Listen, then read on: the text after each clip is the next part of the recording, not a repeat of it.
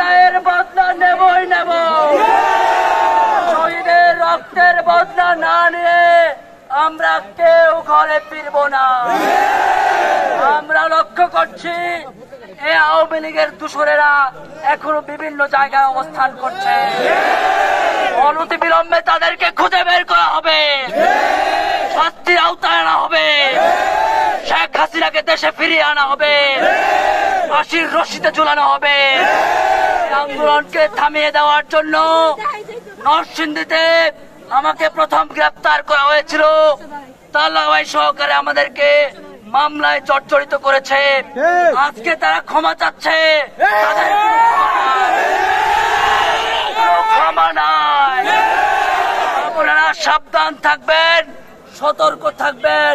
এদেশের স্বাধীনতা সার্বভৌমত্বকে আমরা রক্ষা করে ছাড়বো ইনশাআল্লাহ। শেষ পর্যন্ত আপনারা থাকবেন তো? ধন্যবাদ সবাইকে।